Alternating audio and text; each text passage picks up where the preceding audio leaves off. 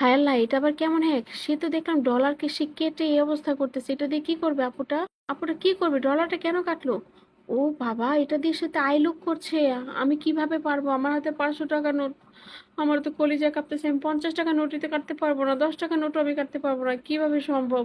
আমি কি পারবো? আমি হলো বাঙালি ফকিন্নি। হ্যাঁ, আল্লাহ, এটা কিভাবে সম্ভব? দেখি কেন সম্ভব না, সব পারবো আমরা, বাঙালিদের কলিজা বড় আছে।